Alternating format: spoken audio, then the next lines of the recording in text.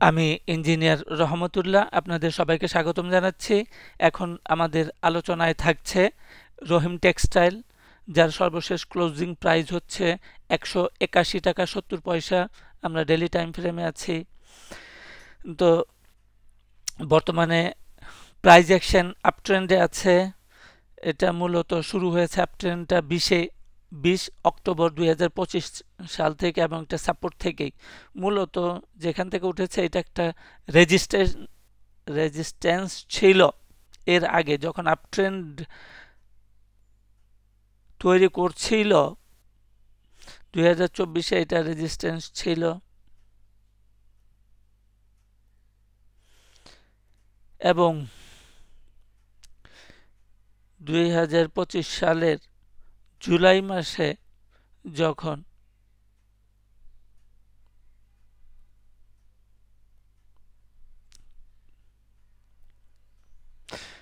2025 সালের জুলাই মাসে যখন আবার আপ ট্রেন্ডে যাচ্ছিল, তখন এটা রেজিস্ট্যান্স হিসাবে কাজ করেছিল। সেই রেজিস্ট্যান্স জোনটাই বর্তমানে আমাদের জন্য সাপোর্ট জোন হিসাবে কাজ করছে। সাপোর্ট জোন থেকে আপ ট্রেন্ডে আছে।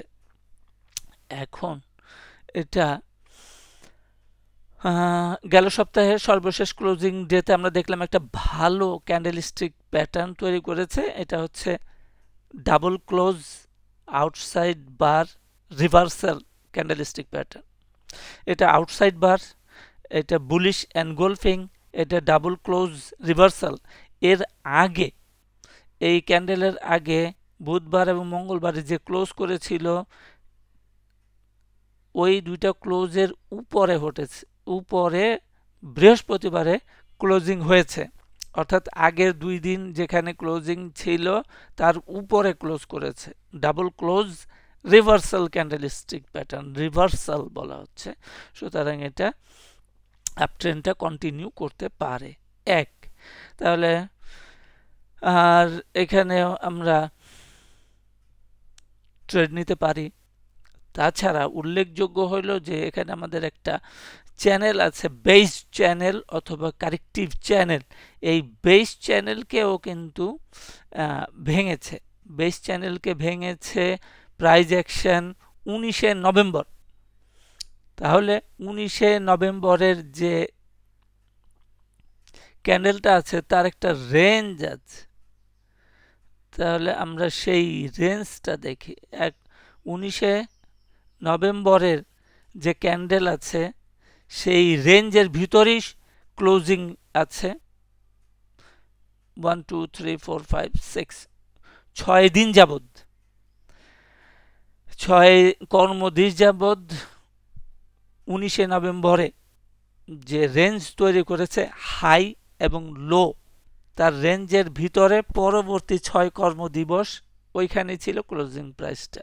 সুতরাং এই ক্লোজিং প্রাইসে এই রেঞ্জের টপটা হচ্ছে 184 টাকা 90 পয়সা।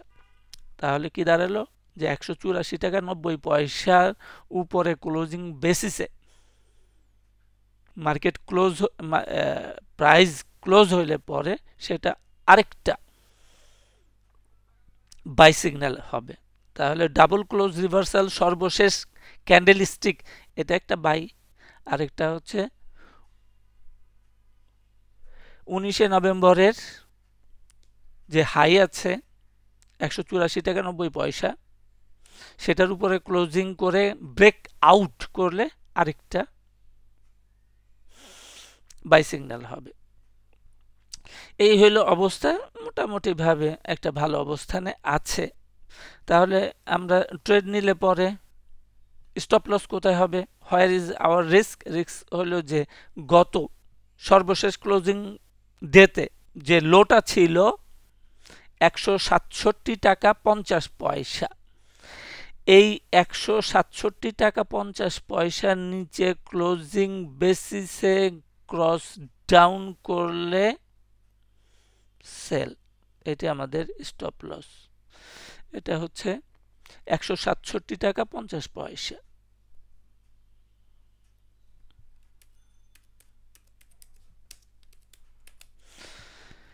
তাহলে এখন আলোচনা করা যাক যে কত টার্গেট কত? টার্গেট হলো আমাদের রিভার্স ফিবোনাচিতে